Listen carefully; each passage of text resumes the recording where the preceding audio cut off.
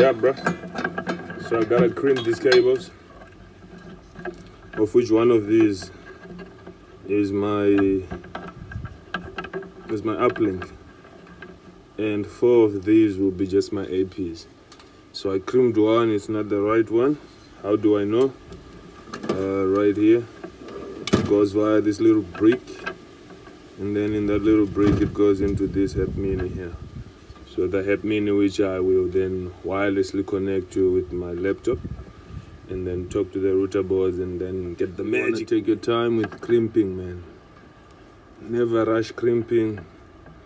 Know your order and get the job done, because you're gonna have a bad network and we'll wonder what the problem is if the cable is not crimped right. White, orange, green, white, blue, blue, white, green, brown, white, brown. And then nicely you want to cut it like that.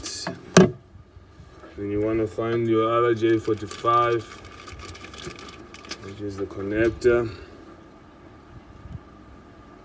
Make sure that it's going in nicely,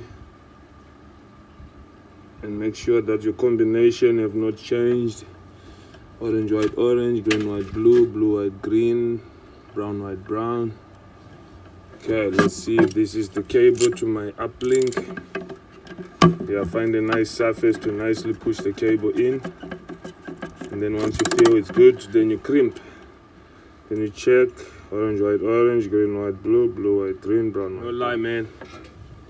Almost 10 years ago now, you know, maybe 8, I was the project manager for the Dell free Wi-Fi, which was the initiative from the Western Cape government.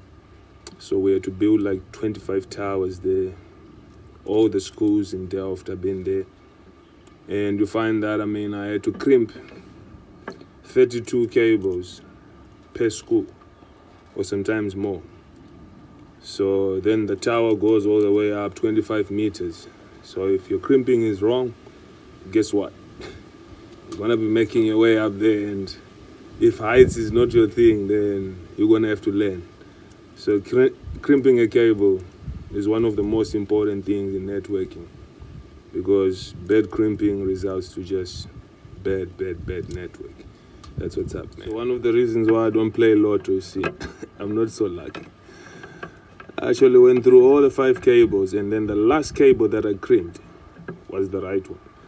And by the way, these are normal RJ45, so I will have to remove them, because this is for the indoor cable. So this is outdoor. So the wire inside, that's technically the earth. So if there's some lightning and stuff, then you won't bend your router board on the top. So that's very important. So this little wire here. So for now, this cable is not earthed, because this is not a shielded copy. So I'll change it with the shielded RJ. But for the sake of what I wanted to do was to connect, talk to the dish, and do some tests. So then I'll finish up with these cables soon again. So it's up to connect in the building.